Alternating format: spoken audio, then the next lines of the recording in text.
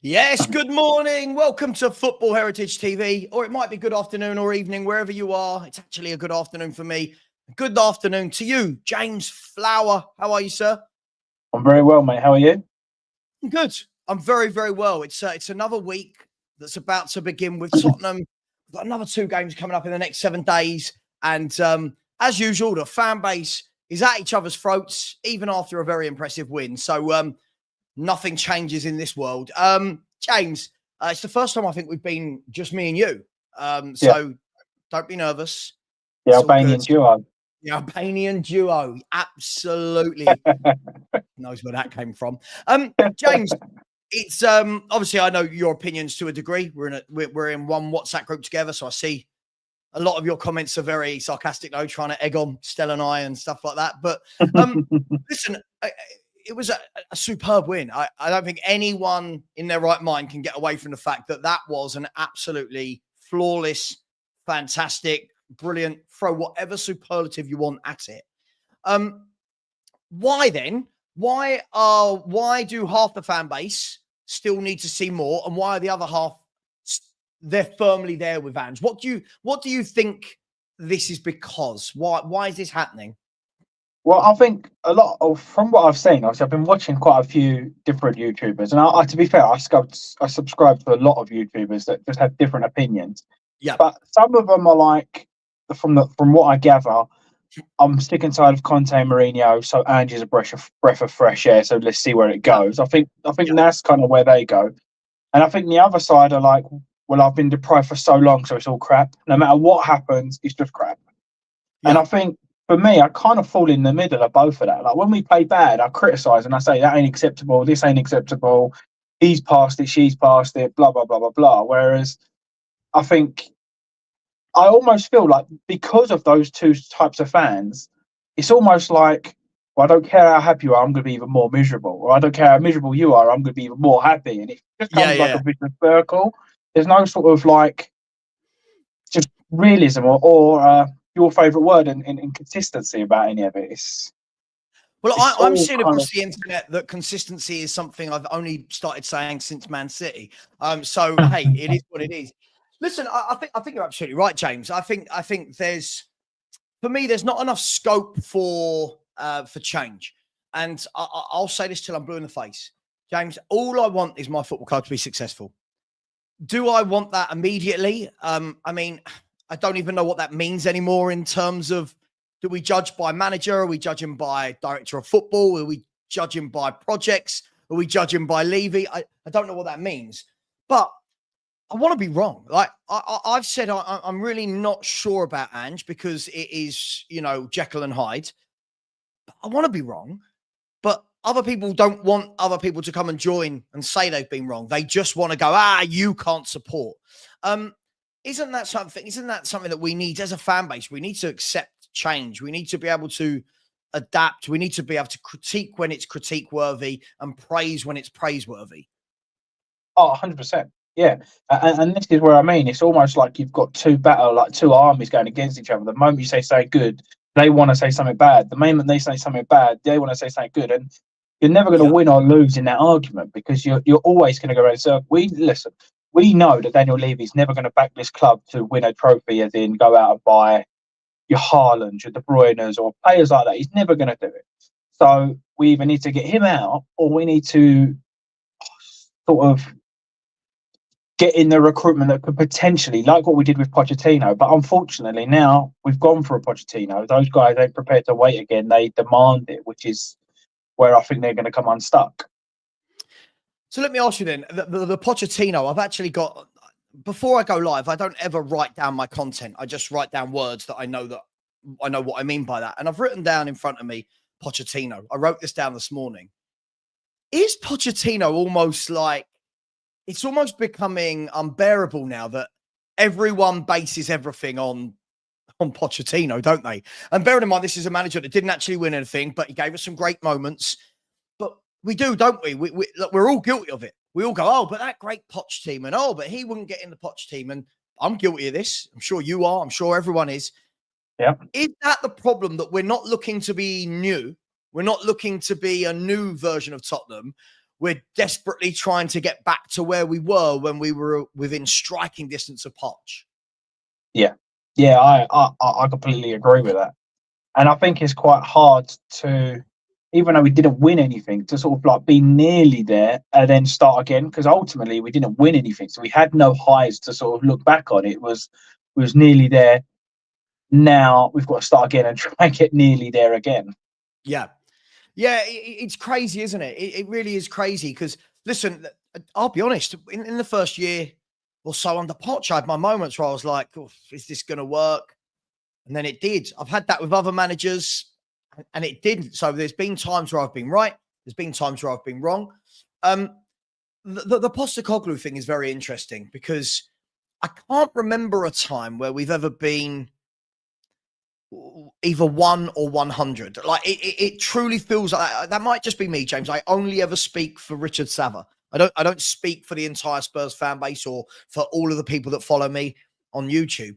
But I can't remember another manager where it's been like this, where it's been, oh my God, that was scintillating, or what a pile of shit. Like, do you know what I mean? I can't remember a time where it was so up and down. Is that half the issue here? And again, it is that word consistency. Is that half the issue with this football club? Yeah, I think if it wasn't for the lows, there would be a lot more in, and if there wasn't for the high highs, there'd be a lot more outs. And then by that, obviously, I'm talking about Ange in or Ange out. So for me, it's one of those things. I mean, I thought we was unlucky against Arsenal. I thought we was quite unlucky against Newcastle. We battered Villa. We've beat City twice. We don't normally do that kind of thing. Whereas the lows are like Palace, Ipswich, like that. That's just not acceptable. So you're kind of like, well, that's not acceptable. But then we've also had the results that we should never be having either. So it's, yeah, I think it was on Danny's channel, and I said, when they said our predictions, and I said, this has got to be the first Tottenham team ever where I don't know. Like, and I can't even predict a 1 or 2-0 because it could be 7-0 or the opposite way. Like, I really have no idea. Like people were saying, Fulham, like, we could get torn apart by Adama Traore and people like that and be down 3-0. We could go there and carry this on and beat them 7-0. Like, I have no idea. Yeah. Do you know what? The funniest thing is I get so many of my friends that are nothing to do with YouTube, support other football clubs, so they're not involved in this. They're not involved in those WhatsApp groups. But in our friends' WhatsApp group, I'll get messages all the time going, Savva, shall I put Spurs in the ACCA this week? And I'm like, hey, listen, I don't know. I don't put Spurs in an ACCA ever because of what you just said. But people are right. We have to celebrate to a degree. Like I don't want to be that club that, like, I don't want to be like a League One club that wins a game against a top club and we go, oh my God, we're dining out on this for a year. Giant killers. I don't want that. But we do have to praise and we do have to celebrate the win against Man City, and we'll get to that in a minute. But also, I don't think we get to the point where we're trying to banter every other fan base when the week before we're losing to Ipswich. Let's move to the Man City game. What was your, I mean, score prediction? But did you think we would win? Were you? I said saying a draw. Yeah. What did you say? Well, I said 1 or 2-0 win or a 4 or 5-0 loss. That's where I was. I had no idea. Yeah. I genuinely had no idea. I was like, okay, so we're either gonna. My opinion was, it's so Tottenham-like to go there and win 2-0 and then go to Fulham and lose. That was in my head. We'll beat Roma, we'll beat Man City, we'll lose to Fulham. That was kind of, that would be so Spurs. But then I just don't know. And I think this is why people are Ange out, Ange in, because no one knows.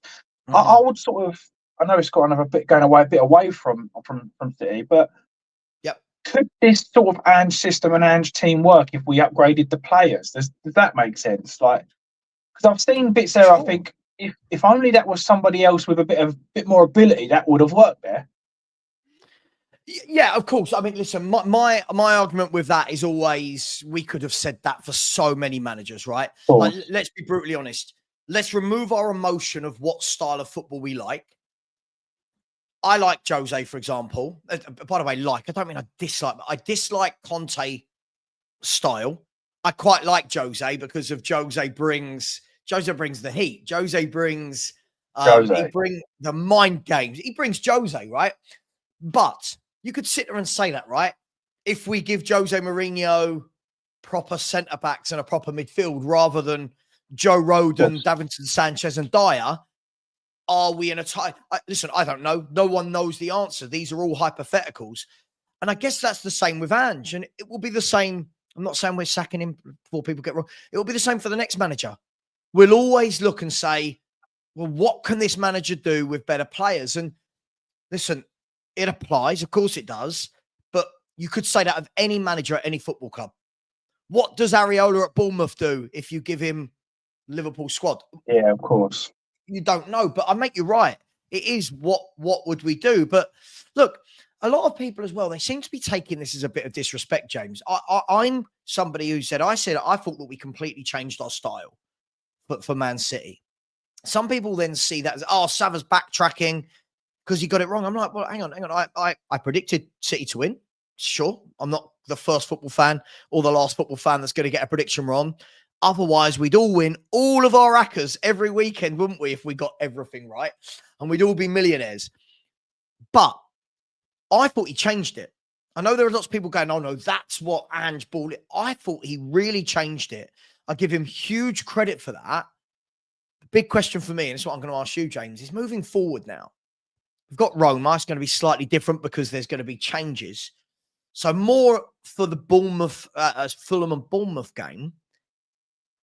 What do you think he does? Do you think he adopts what he's just done at City, or do you think we go a little bit back more to the kind of way we would play against an Ipswich or a Palace, etc.? What do you think? So I think based on that City game, I think if you watch it again, I had family over and we was watching it. The first 10 minutes, we was exactly the same as the games before. Yes. And what I mean by that, I think it was Haaland that they cut it back to Haaland and Vicario made a save. If you look on that, when they broke, it was 3-on-2 and it was the two centre-backs that were standing still and they were 3-on-2. It was like Udogie and Borrow pushed up, they got caught. And then after about 10 minutes, that stopped. It seemed like to me, in-game, he went, no, back. If he did do that, then I have to give him a lot of credit because it's exactly what I've been saying. You do not do, you need to do. Against teams, say, for example, you're 70 minutes in and you're 0-0 with Fulham, I get it. All right, push everybody up. Do it. Do what you've got to do. But do not concede that first goal. Do not push all forward and then get caught and go, right, now we have to score. So now every man and his dog has got to push forward to nick that goal. I would like to be the team that's almost in control of the game before having to recover the game. And I don't think we've done that very much under Ange. Yeah, absolutely. I agree with you. First 10, 15 minutes was very much, this is going to be a long game. And they were cutting through us. Haaland, Foden, between them could have had them 3 or 4-0 up, but they didn't. And I think you're right. I think Ange, you could visibly see, made a change because from that moment onwards, Dragoshin and Davis were actual centre-backs. They stayed on the kind of 18-yard line. They defended. They put their bodies in the way. Don't get me wrong. City still had some chances, but I think we limited them to snapshots, half chances. Yeah. Look, I completely agree with you. Martin Neville, so Haaland not scoring makes City should have paid 200 million for Kane. I'm not really sure that one has a bearing on the other, if we're going to be completely honest. I mean, we like to knock Erling Haaland if he doesn't score a goal, but the man has got like 105 goals in 105 games for Man City. Like it's ridiculous, but we like to do that in football, don't we, James? When a player is great, they're doing it to Foden at the moment. People are doing it to Phil Foden. He's had a quiet start to the season off the back of the Euros. He's just come back from an injury and everyone's going, he's crap. And you're like, whoa, hang on. He was player of the year last year. He's been brilliant for 5 years. And suddenly the football world just goes, he's crap. He's overrated. It's mad how we move in football, isn't it? Short-term memory loss. Oh, God, not half. Not half. Do you know what? I sometimes wish I did have memory loss and I didn't remember that we lost to Ipswich or that we lost to Palace. So look, I want to say, for me, one of the key components for me that I really enjoyed was that kind of that midfield two in the middle of Sarr and Basuma. Neither of them, I think, are actually really gifted technically. They're not going to be the guys that put the foot on the ball, slow it down, let's speed it up, vision. But I thought both of them might be able to go down as what maybe their best game in a Spurs shirt. For me, I thought they were exceptional. The work rate, the tackling, the getting back, the covering their fullbacks. I just thought they were superb.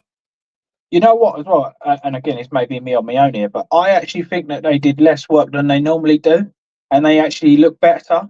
And by that, I mean, they got the ball, turned and passed it. And that's it. That's it. You've done your bit. I'm happy with that. Let's be honest. There's been people that have made an absolute living off of that. Like Luka Modric. He never did more than he should. Got the ball, turned, start the attack. That's all you've got to do. So for me, sometimes, and I mean, we've been on shows before where we've been sticking up for Maddison. I've seen Maddison on the ball this season, and I actually don't think he's been a terrible player this season. I've seen him turn with the ball. I've seen him look up and there's no runners, or there's no one coming short, or there's been no options. Whereas on the weekend, I felt like Basuma and Sarr kind of had that sort of defensive option, and he was allowed space to actually do what he wants to do. You can have all the technical ability in the world. If you haven't got space to sort of lay them foundations, then you ain't going to do anything anyway. Talking about laying foundations, James, we've got 31 likes, which is absolutely atrocious.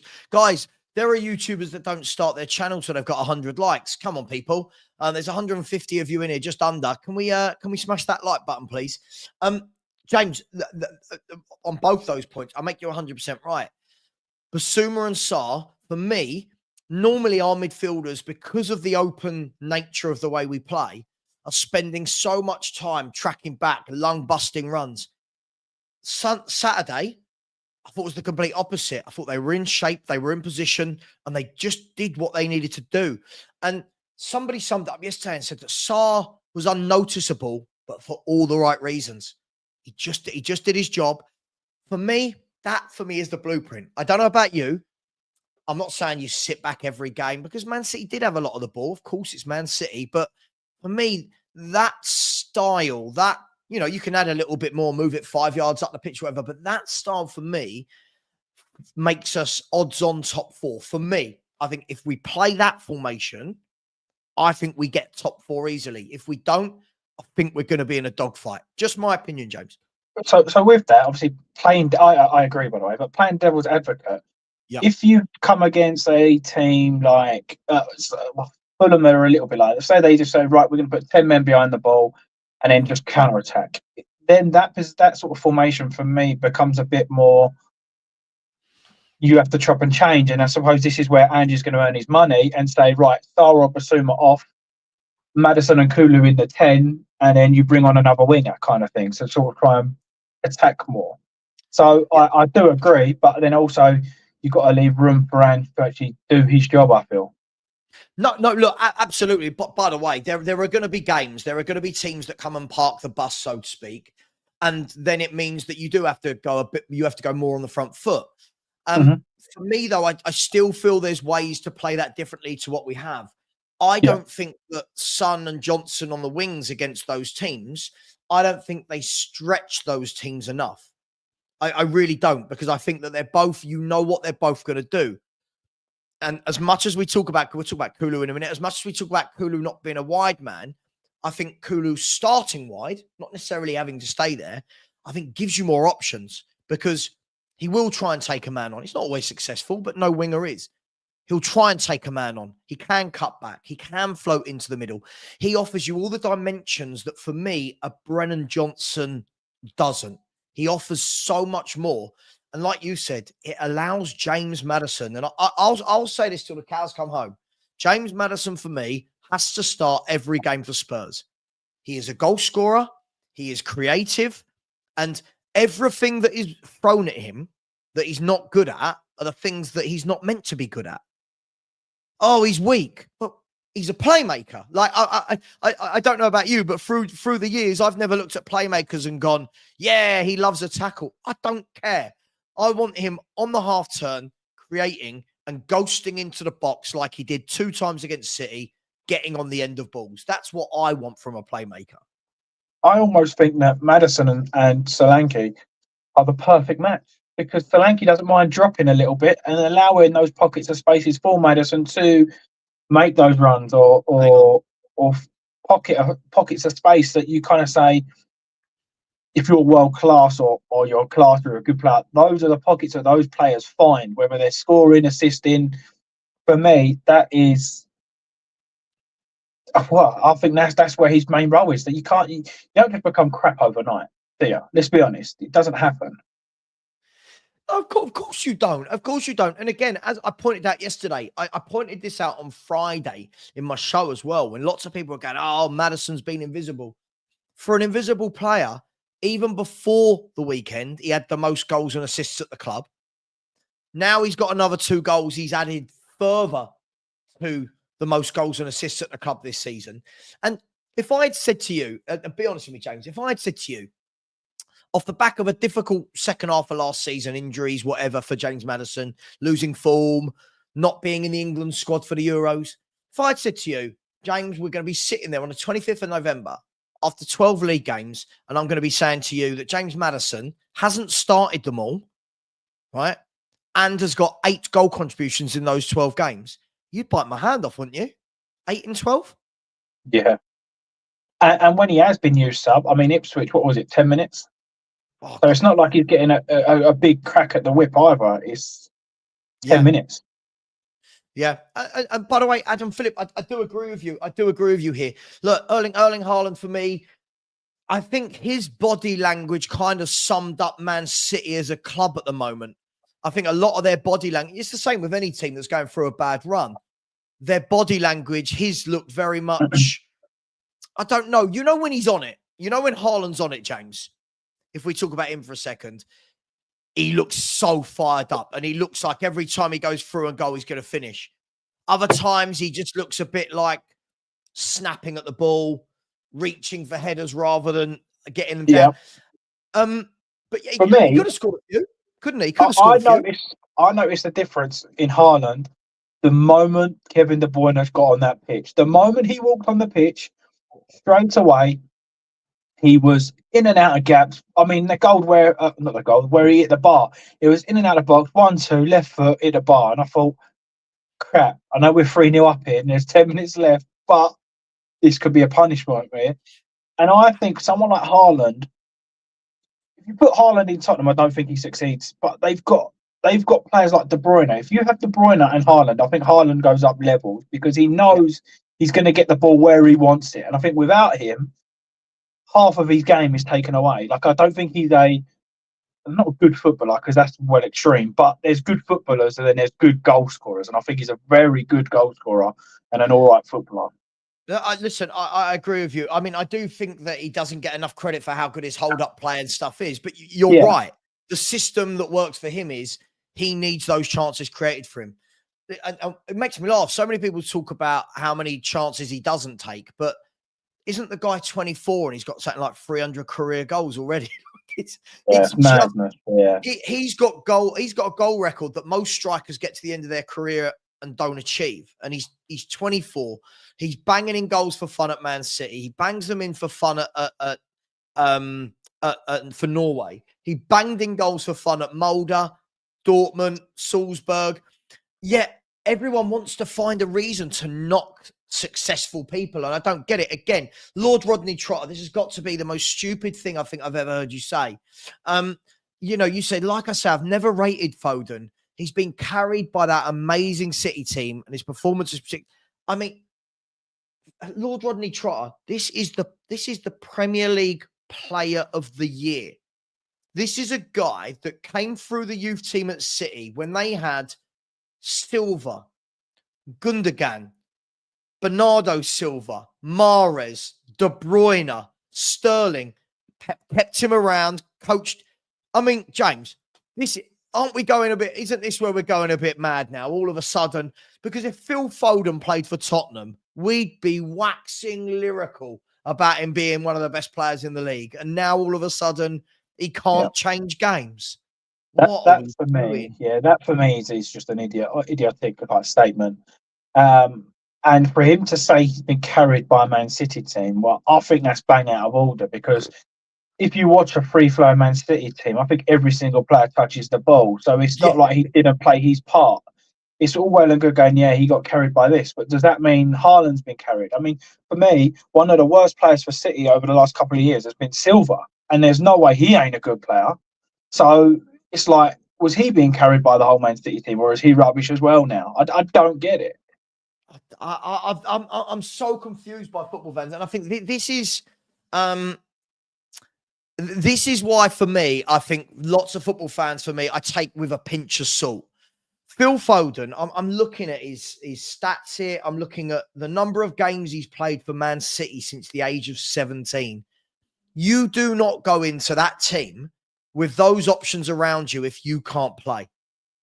He starts having a little bit of a dip this season, right? I've never rated him. He was the PFA Player of the Year last year. What are we doing? Like, it's madness. When we say this again, but for me, yeah, I'll ask you this though. Kane at 24, what was Kane doing? Again, it's all relative, right? Kane at 24 wasn't doing the things he's doing now, the dropping deep, the controlling games. Look, for me, I'll take Haaland in any team in the world right now. The man is a goal scorer. But anyone who says he can't play, watch him closely. His hold-up play is good. He will link up. But the difference is he doesn't need to do it as much for City. He hasn't needed to do it as much. But I beg people, go and watch him for Dortmund. Go and watch him for Norway. That's not how he plays for them. I just think it's absolutely mad. But hey, it is what it is. Again, I think Palmer is better than Foden and Saka, but not saying either are bad. Sure, I think Palmer's a very different player. Palmer's had one good year. I think what we do in football a lot, James, is I don't think we allow things to play out. And what I mean by that is, if I look at Phil Foden, he's been in that Man City team since 2017. He's proven himself for 7 years. He's only 24. He's proven himself. Cole Palmer, for me, is a brilliant footballer. He's only had a year and a half. Do you know what I mean? Let's let him. And there's get there. You know, there's got to be contents as well. Like I'm happy to call out Son, and I've been calling out Son for a while, and I get stick for calling out Son. And again, I actually thought he was bang average the weekend at best, but I got told, well, he had 2 nice touches that started the goals off. All right, fair enough. I agree with that.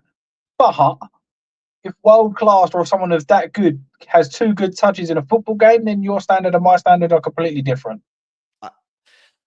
Listen, I completely agree. For Ange to take him off after 60 minutes, in my opinion, says a lot. He don't do that. He normally waits to 80 minutes.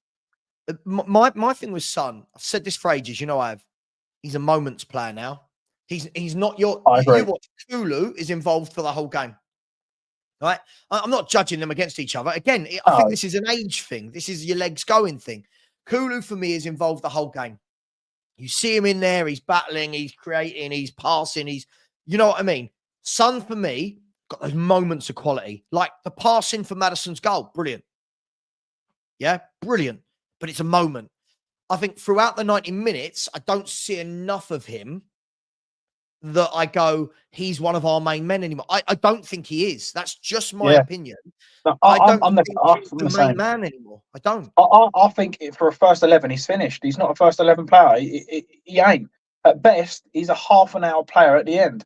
Yeah, mate, I agree with that. I think he's finished. As a first team player, if we want to be top 4, I've said it the whole way through. I would take half of the Prem's left wingers over Son. You've got to put things into perspective. Yes, do I think he's capable of that moment of magic? Of course. He was once absolutely phenomenal, whereas now he ain't. I don't think he drives at players. I feel like when he does drive at a player, he gets them one-on-one, does a step over and cuts back. The amount of goals we would score more if he just had the bottle to take it round his man rather than cut back. I think it was they nearly scored in the first 5 minutes where he plays a stupid ball back to Udogie into the box from left wing, and I'm like, why are you even doing that? For me, if your standards are Son is he is one of our best players, and that's the problem. But it's one of those things that if your standards are that he's the main man going forward, then for me, it's finished. It's well over the hill. Do you know what? I completely agree with you. So you're Son out as well, yeah? Sorry? So you're Son out as well? No, listen, I'm not Son out. I think we're naturally coming to the end of him being the superstar. But the word in that sentence is naturally.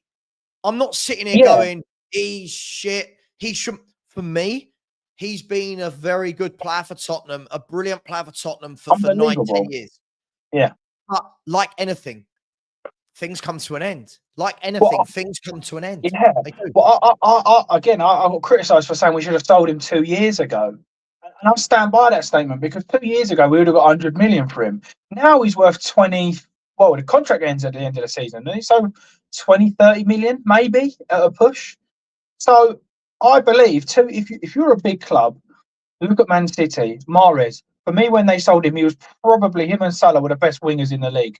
Right, we'll sell him, we'll bring in Doku. You've done your bit, mate. Fair play. You said, you know what? He's over the hill, or we believe he's starting to come over the hill, we'll bring in Doku. What Tottenham do is they get their heroes, and I use this phrase lightly, obviously. Heroes, Hugo Lloris, Son, and they allow them, they keep them for so long that they become villains. And then you split the fan base. No, he's still world class. Well, he was never world class. No, but he's still our best player. But that doesn't mean that he's not over the hill. There's so many bits and pieces to it. So, yeah, I agree. And by the way, Jordan, I do agree with this. Defining a player is more than just numbers. I agree. But sometimes when the numbers are ridiculous, and again, I've just been looking it up. Like last year for Man City, Phil Foden played 35 league games and got 27 goal contributions from midfield.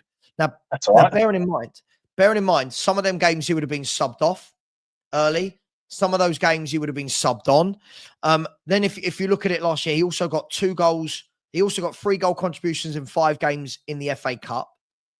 Yeah. And then in the Champions League last year, he got 8 goal contributions. So we're talking about this guy got 40 goal contributions in the season, and we're going, don't rate him. Well, sorry. James, I'll ask you this. Imagine a player at Tottenham this year got 40 GA, right? 40. We would be waxing lyrical, right? We're doing it with Kulu. He's got like 3 assists and 2 goals. Decent. But when a player exceeds it, oh, yeah, but he's carried.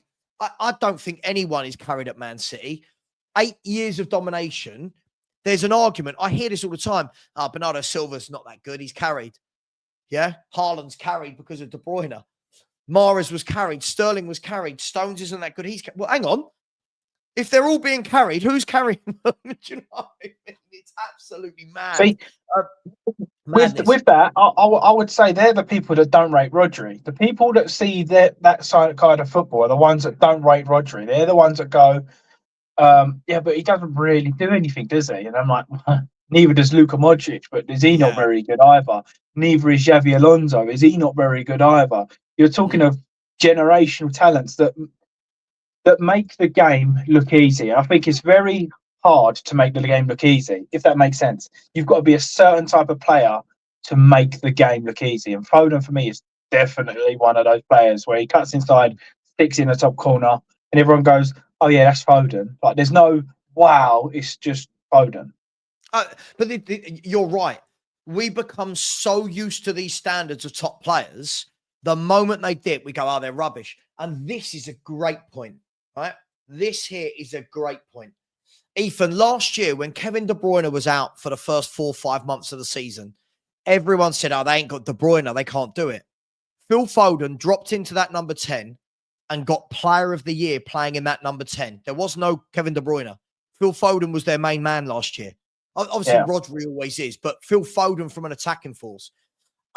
When people say, like, sorry, Rodney Trotter in the chat, Lord Rodney Trotter, you're saying I don't think it's a crazy opinion to not rate Foden. I think opinions are opinions, but I think when we get to opinions like that, if you don't rate Phil Foden, how many players are you actually rating? If we can't look at Phil Foden and go, listen, this boy is technically brilliant with both feet, scores goals, gets assists, can play off the right, the left, through the middle, he can drop into midfield.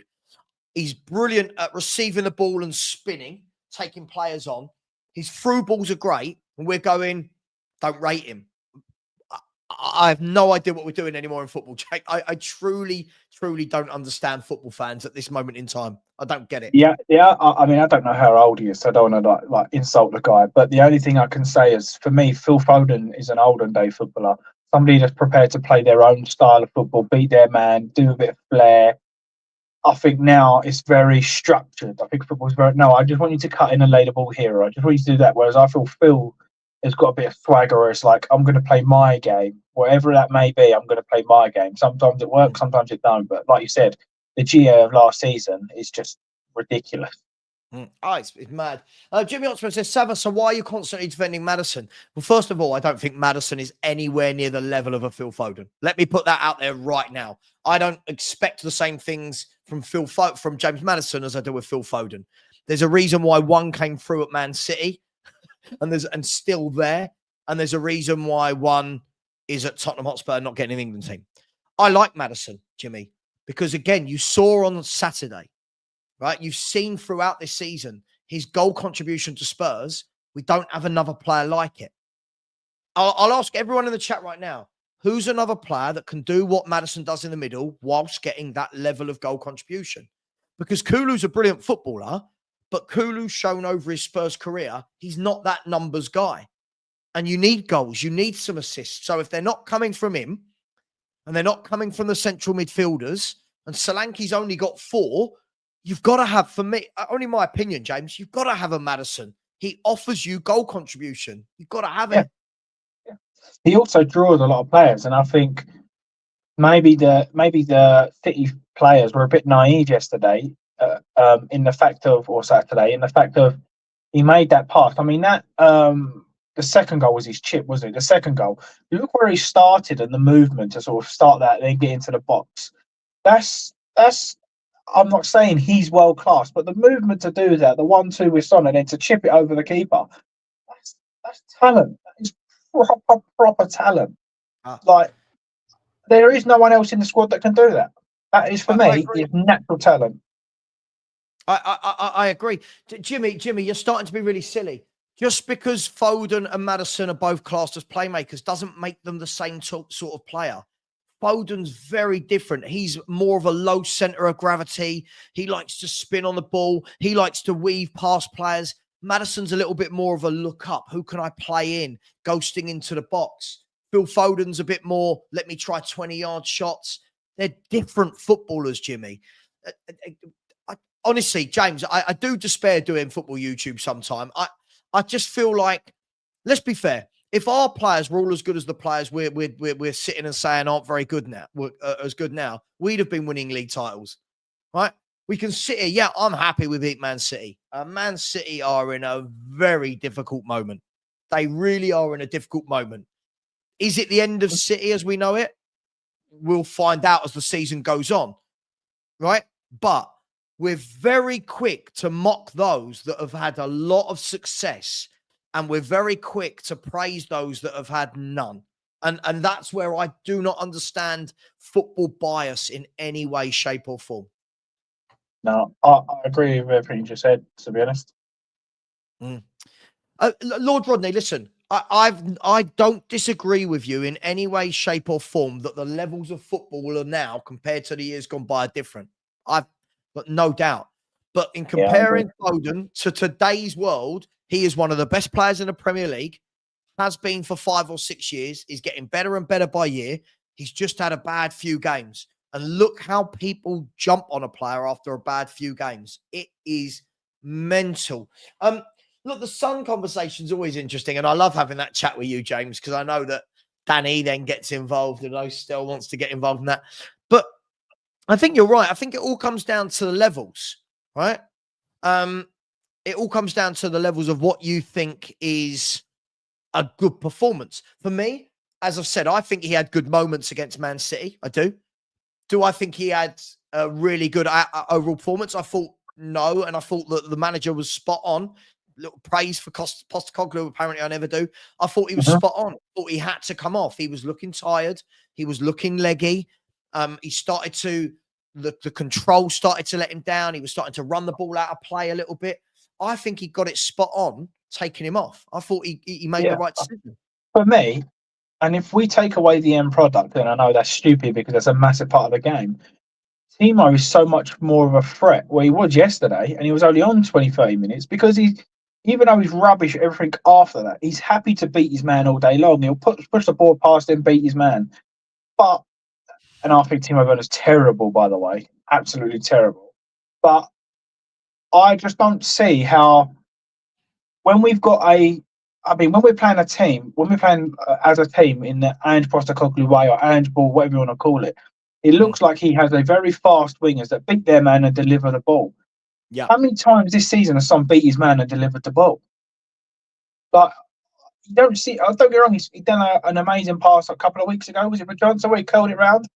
But for me, I personally think if Andrew's going to stay, if the board want him to stay, Son has to be replaced. They have to get somebody to fit his thing where they're going to beat their man. And I think that's what they were thinking in Odegaard, even though I don't think he's good enough already. But last year, his stats were saying that he beat his man most of the time. He tried to take on his man every time. And I think in this Ange Postecoglou system, I think Son doesn't work. And I think it's making him look worse. As I said, I think it all depends. I agree. There's a lot of people in the chat saying, well, he's the best we've got in that position. And yeah, that's a different argument. That's a sad indictment on our transfer policy that in all these years, we haven't gone and found a backup. And what I mean by that is if you are still performing at the top level every week, fine. And again, let's look at a player the exact same age as Son. Let's look at Mo Salah, right? Different type of winger, but Mo Salah for Liverpool, week in, week out, he's the main man, right? Now, don't get me wrong. It might not be for 90 minutes, but when Mo Salah has his moments, they are big contributing moments. Do you know what I mean? Like yesterday, that man, I don't think he had a great game yesterday, but his two big moments, 2 goals, right? Do you know what I mean? Like, right. And then he hit the post as well. For me, whenever Mo Salah gets the ball, I think the defenders of the other clubs go, God, Mo Salah. Unfortunately, Sonny had that, by the way. I think Sonny had that aura. I don't think that aura is there. Now, sorry. We did a show and I said that I don't think Son gets in the top 8 teams, maybe top 10 teams in the Premier League as a left winger. And I stand by that because even the likes of Brighton, Matoma, West Ham have got, take your pick, Kudos, Bowen. You've got Chelsea, Palmer plays left, or they've got Nkunku. And then you've got your obviously top 3, top 4 teams, Villa. So for me, I just don't see how people could go, no, that he's our best player. That's where we need to go forward with. I could name you 8 players that I would rather instead of him that all play in the Premier League in his position. Would you say then that a lot of this is nostalgia with Son? Because listen, I agree with you. On paper, I'll look at the top 8 teams and go, yeah, Sonny walks in. But I then like to, what I like to do when I look at any football, and I know people just want to go Spurs. I was always taught by my uncle, who put me through my coaching badges, took me to all my first games. He always said to me, sometimes take a step back, right? And he always just say, peel the onion. Have a look at the layers. So, for example, and what he meant by that in this scenario, I'll apply it to this scenario, is when I look at teams the way they play, does Son, the name Son, and the fact that he can finish, brilliant. Not all teams want their winger to purely do that. Some of these teams, they have their wingers, they're taking men on left, right, and centre. They're holding the width. They're beating a man. They're holding the ball up. Do you know what I mean? It's very different. 3 years ago, Sonny walks into any team in the Premier League, for me, I would say arguably the ones he didn't would have been Liverpool and City because they were Liverpool and City. I don't know. I argue that's a mute point. Do you know what I mean? It's a silly point. But now I look at it and go, again, let's look at Matoma of Brighton. Is Matoma a better finisher than Son? Not from what I've seen, no. When I watch Matoma play for Brighton, does he run his wingers, his fullbacks ragged? Is he constantly causing them problems? Is he good with his link-up play? Yes, he is. So, again, if you are purely talking about through on goal, I want Son. If we're talking about a winger that is more involved in the game, holds the ball up, can beat a man, got good trickery, at the moment, or in this stage of his career, I wouldn't want Son. People find that really, really. They always think, oh, you're disrespecting Son. I'm not disrespecting Son. It's just Son's getting older now, and he's not what he was.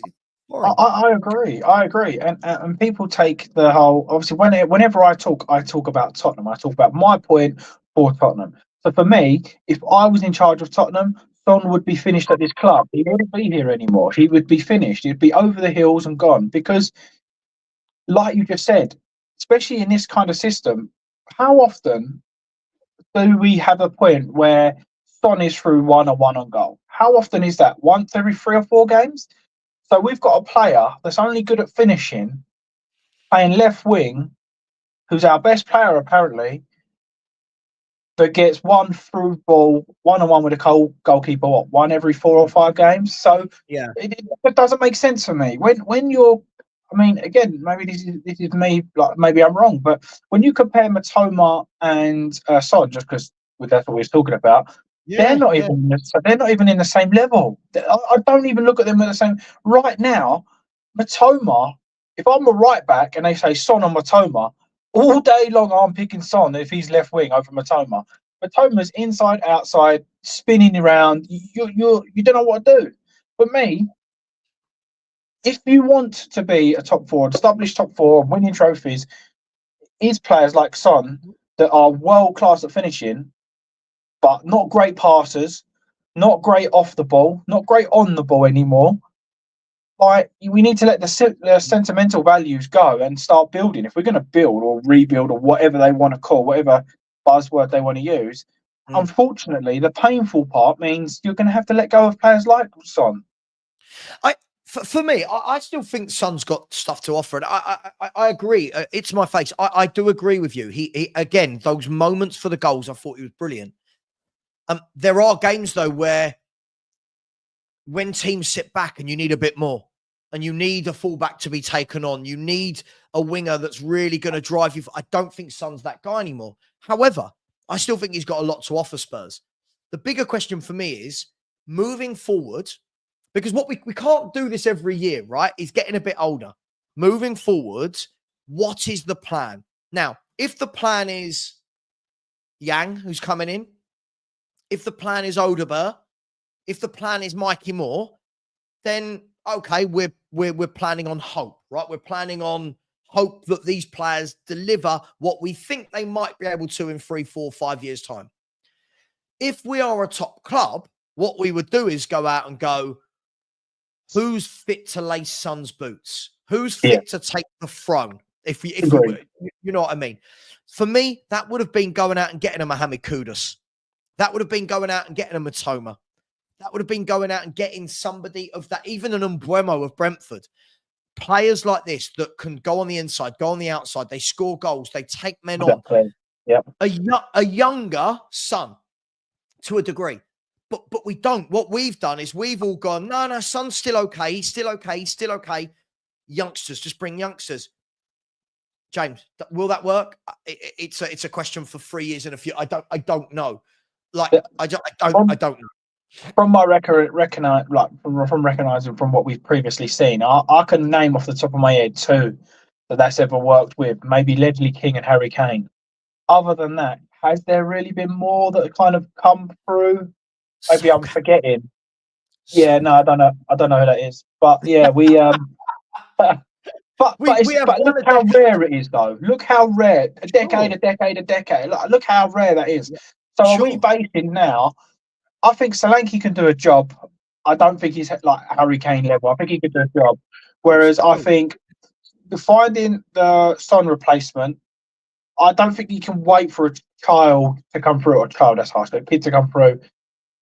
Not when the right side is players like Brian Johnson. I think if we went out and bought a world-class right winger or a very, very good right winger, you could then get away with playing a youth player at left wing. You can't play Johnson and a youth player, because that for me is not acceptable. Yeah, look, and again, I think what we're doing here, we're having a conversation about moving forward in the future. And I know people always take these further forward conversations and go, oh, you're moaning about now. And we're talking about moving forward. I Yeah. completely agree with you. I think that one of the wingers in your team needs to be dynamic. One of the wingers in your team needs to be a guy that you go, right, give him the ball, let him carry it.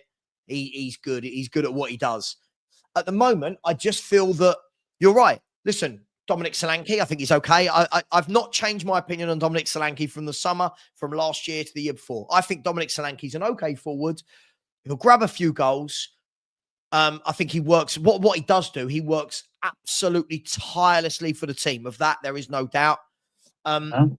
Some games that will go unnoticed. Some games it's not. But for me, you're right. Look, we have to let go, for me, of the whole Harry Kane thing. I think we've got to let go that we're not going to sign. We created Harry Kane. We never buy a Harry Kane. We're not capable of buying anybody at Harry Kane's level of ability. We haven't got the ball. We don't do it. Son, for me, I do think there's lots of wingers out there that we could replace with. That's the difference for me. I said this when Kane was talking about leaving the first time, like before with the Man City stuff, that he was going to go there. When you look at the world of football in terms of who can do what Kane does, now from an ability perspective and a goal scoring perspective, you've got maybe 5 strikers in the world that do it. You've got Erling Haaland of Man City, right, that scores 30, 40, 50 goals a season. He ain't going anywhere. He's not coming to a Tottenham. We're not giving him 500 grand a week, and we're not going to pay 150 million for him. Agreed, You've got Lautaro Martinez at Inter Milan. He's another one that scored 25, 30 goals a season for the last 5 years regularly, right? He's at a massive club on good wages. I think he's the club captain, if I'm not wrong. He's got a lot of businesses that he owns in Italy as well, which I'm told that if he leaves, he can't own them for some reason. I don't know all of that. Yeah. You're not getting Lautaro Martinez. Robert Lewandowski, he's at one of the biggest clubs in the world in Barcelona. He's also 36, 37. It's not worth happening. That punt, is it? Not in the Premier League. Yeah, and then then the other one is Harry Kane. Right? And the other one is Harry Kane, who's gone. For me, when Spurs first go, we didn't replace him. We were never going to. I think it's easier to replace Son. I genuinely do think it's easier. I think, again, this isn't replacing him, but I think that we would see another 2 or 3 levels if we replaced both wingers and kept Solanke than we would be replacing the striker and keeping the wingers, if that makes sense. And by that, I mean, how often does Son set up Solanke? How often does Johnson set up Solanke? It's normally Solanke doing the dirty work, giving the ball off, getting in the box, but by then we've either cut it back for a goal or vice versa, So for me, when you actually add natural creative players, people that are prepared to beat their man and look early, I think Solanke would naturally get more goals. And that, therefore, again, is why I think Son and Johnson are not good enough. Yeah, again, I just think that comments like this are just, for me, a little bit too sentimental. When we're saying he walks into any team in the Prem, I don't see that this man walks into Liverpool. Let's use Liverpool, for example. Why on earth would Liverpool want Son right now? Maybe 4 years ago, why would Son get in over Diaz, Jota, Salah? He just wouldn't. Unfortunately, he wouldn't. No. Would he get in over Cole Palmer? Would he get in over Pedro Neto, the way Chelsea play? I don't think he would, Ange Ball. But again, look how, James, this is the problem with Spurs fans. Look at this. Look how offended they get when you talk about a Spurs player. We are so emotionally attached that we let our emotions overtake sanity. He's 33, isn't he, Sonny? Losing his pace. He's not as great as he was. What is wrong with talking about, right, how do we replace this guy? Any other club, they're talking about it. How do you replace it? Yeah, but that's why we win nothing, isn't it? That is why we have so much sentimental that when the opportunity does come, and the only time they'll realise it is when someone comes in and does take his place or does perform better, and they go, oh, yeah. Like when we did have the likes of Longley, people were like, oh, he wasn't that bad. Then when you actually get a Mickey Van de Ven, they go, God, weren't he shit? It's like, well, Who said that all season? Right. I tell you what, I think this is absolutely spot on. Sometimes I think nostalgia gets in the way of reality. And you're Mhm. right. You're absolutely right. We can back a player again. I'm not using Son. I mean, look, it's difficult when we talk about Son because Son's been so good for so long that we're not talking about, oh, he's just shit. We're talking about him getting old. We're talking about him having less effect on games than he used to. You're right.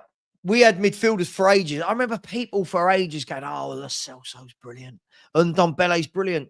But what happens is when you actually bring in players that are better than them, people go, "Oh yeah." Do you know what I mean? Royale for ages. Royale's brilliant. I had people going, "Royale, no, he's a really good defender. Give him time." But when you bring in Porro, you go, "Oh yeah. Actually, yeah. He's nowhere near." Uh, that's what we do, James. And unfortunately, the bigger clubs, right? They'll look again. This is coming up for Liverpool, by the way. This is coming up for Liverpool.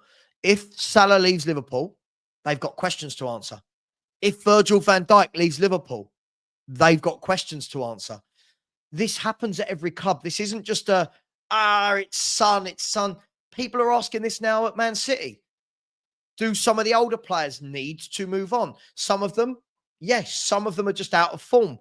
And that's football. But it's mad. It's madness how you can't talk about Spurs players in any way critiquing them. You can't do it. No, I personally believe it's because we've been deprived of any success. So when somebody gives you the What are mini we doing? successes, as in the wins, it's like, oh, let's hold on to him. No, he's not the problem. But to actually grow, so like we said about City earlier, or the perfect example for me is Coutinho for Liverpool. Coutinho was probably one of their best players on the slightly older, starting to drop a little bit. And you know what they went? They went, you know what, Coutinho, off you go. 100 million in, we'll sign a new goalkeeper and Van Dijk. Off they went, pushed on, won the league, won the Champions League, and they're there again this season. Tottenham will never do that because it's like, yeah, but look how good he was last season. We might get that again. And then he gets a little bit less. Oh, but look how good he was 2 seasons ago. We might get that again. And then it's a little bit less.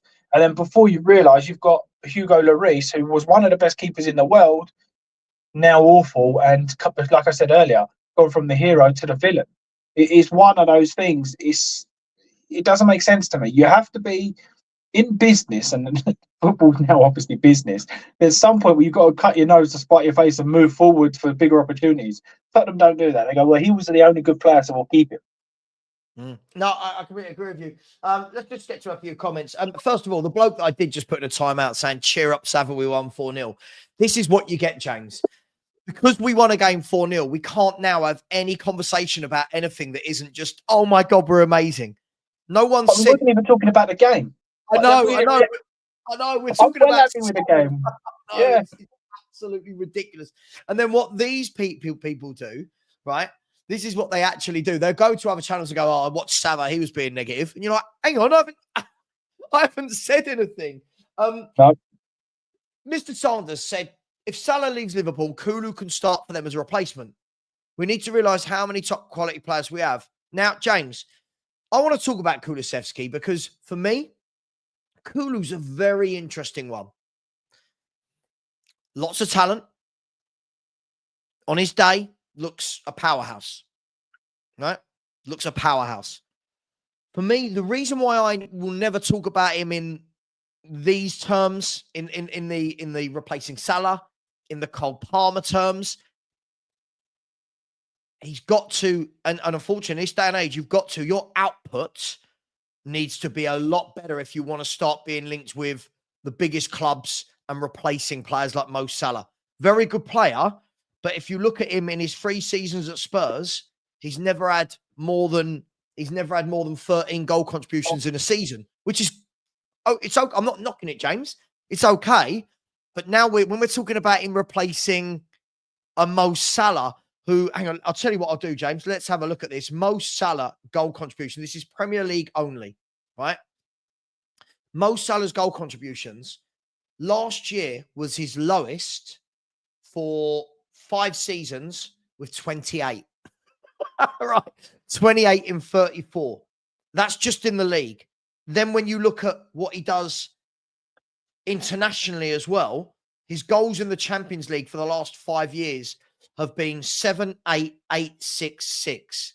Right? Like, this man is numbers. He puts numbers on. So when we're talking about replacing Salah, do you see him as the talisman that can get them 30, 40 goals a year? No, again, I think it's sort of context. You have to add context to it. Because for me, Kulu is a technical player, and Agreed. Liverpool play with more attacking wingers, more direct wingers. So I think Kulu's got more chance of going, and this is hypothetical, going to someone like City, who want the ball all the time on the floor, pass, than somebody just like Liverpool, get that ball, beat your man, get down that line, shot, deliver the ball. And therefore, again, certain players fit certain systems. And for me, I would think Kulusevski is more a possession-based footballer than a counter-attacking or direct player. I agree. But by the way, again, I think Kulusevski's got a wonderful skill set. I really do. Look, do I think I don't think, for him to be at these levels, I need to see again, I use the word consistency in nearly everything I talk about, because that everything in my life, I've always learned, if I wanted to be the best when I was younger at what I did in my job, the years where I was the best in my company, I wasn't always, but the year in where I was, it was because I was consistently working hard at what I did. I was consistent. It was consistency. Sometimes it was boring, but it was consistent. The same with anybody out there, right? If they always say, if you want to master something, do it for 10,000 hours. If anyone does anything for 10,000 hours, they become great at it, because you're consistently learning and growing. And for me, I don't want to knock Kulu. I think Kulu's been our best player this season. I know people will completely skip over that sentence that I've just said, James, because it won't fit their narrative. But for me, when we're talking about, again, this is the difference. When we're talking about Phil Foden's, when we're talking about Mo Salah's, when we're talking about even Cole Palmer at Chelsea for 18 months, these players that play in similar positions to Kulu, either out wide or in the middle, they more often than not rack up ridiculous numbers to go with their ability.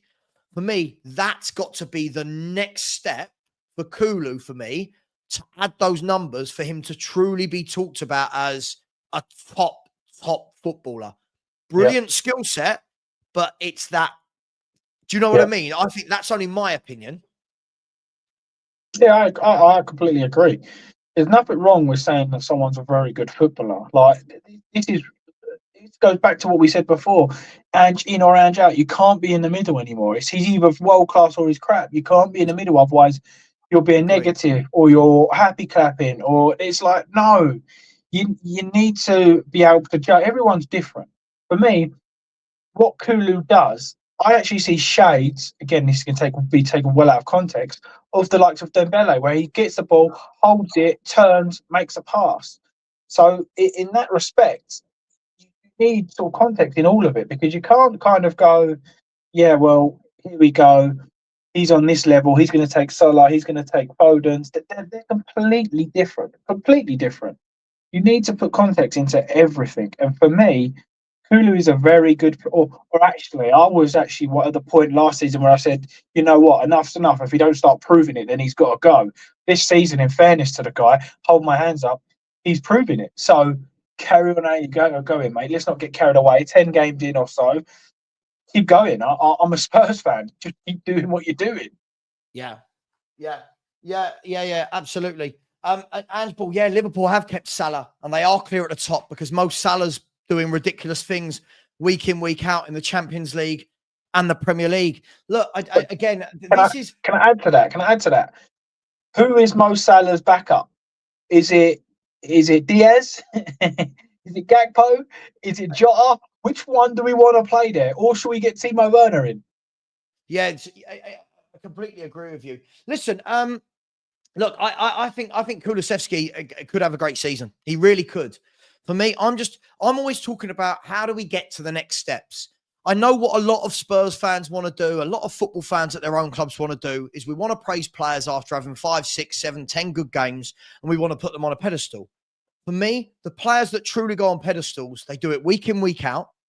They put them, again, from an attacking perspective, they put those numbers up ridiculously, right? So again, this is why I don't talk about James Maddison in the same terms of those players I've mentioned, right?